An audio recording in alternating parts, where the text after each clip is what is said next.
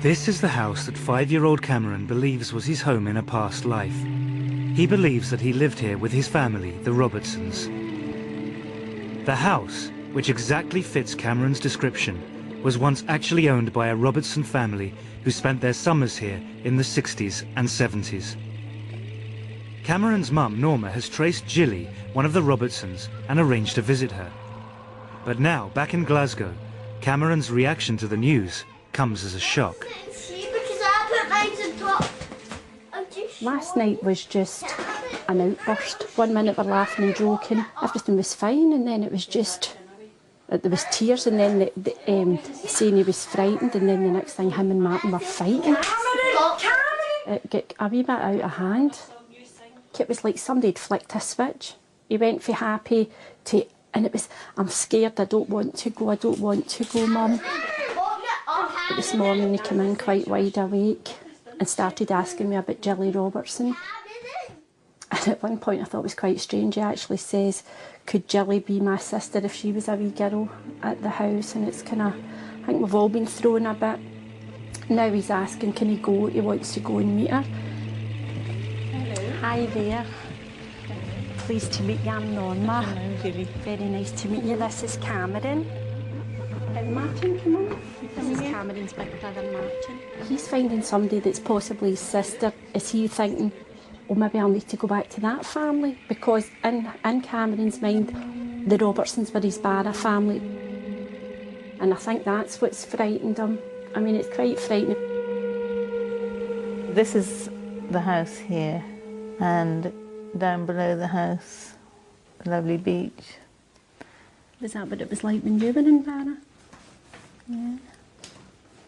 But could you recognise it quite well when you went to see it? Although he was saying it had changed. Yes, you see, I think it has changed. I think the person who's bought it now has modernised it. Yeah. I played in the beach and took my dog and played fetch with my dog at the beach. Could I ask you, when you went to Barra, did you have a dog? Was there a dog there? Well, certainly Callum and Peggy, who lived in the house, they had a dog, a sheepdog. Yeah. The black and white dog is just as Cameron remembers. But what about the name of his Barra father, Shane Robertson? Yeah. Well, certainly there aren't any Shanes in our family. There were, one of my uncles was called James. Yeah. Now, Seamus, James, you know, that's quite a common connection. Yeah, one of my cousins is also called James, but certainly not a Shane. Was the car accident on Barra? This is what we don't know. He doesn't seem to be able to tell you. I don't know of anyone in our family who died in a car accident. That's how I was curious as well, if maybe even there had been a child in the family had passed away. Or... No, certainly there were no deaths of children in that close family. So while many parts of Cameron's memory fit with extraordinary precision, others do not. The family name matches, so do the physical details of the house, the island and the dog. But the name and death of the father figure do not.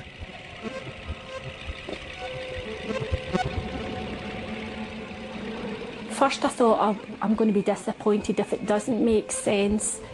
And then there's a part of me, I think it would have been too freaky if everything was 100%.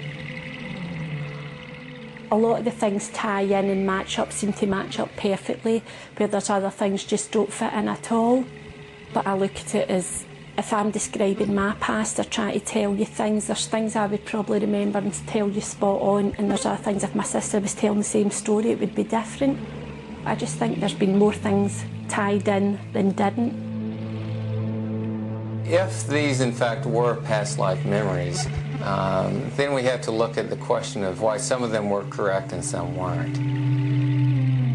Was this just a remarkable coincidence, or could it be something more? He could have had memories from more than one life, and they could have gotten mixed in together. There's just a lot that we don't know about it. And I don't think I realised myself how much it might affect me going into the house. I mean, for a split second, I actually felt as if I could be physically sick. It was, I don't know, and then there was the worry, what if all these memories come flooding back to Cameron and upset him? And then also I was thinking, what if he has had another mum?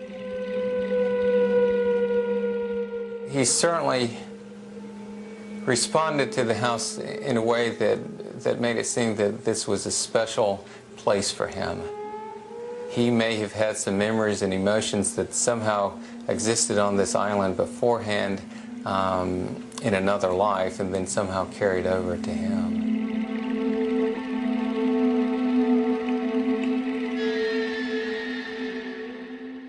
I personally think there's more to it than meets the eye, but there is some people, and everybody's allowed to make their own judgment, but I definitely think it's one of those things, there's something there. I can't tell you what exactly it is, but I think it's something we'll probably never know. In the end, there are no tidy answers.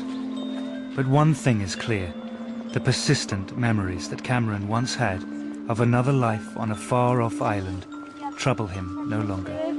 I think that since Cameron's been to Barnet and the fact that we've seen it for ourselves, it's as if it's put it to rest in his mind that he doesn't have to go on and prove it anymore. And he just seems so calm about it. Before it was, everything was hyper and jumping about, and where it's like, yes, I was at Barnet, I seen my house.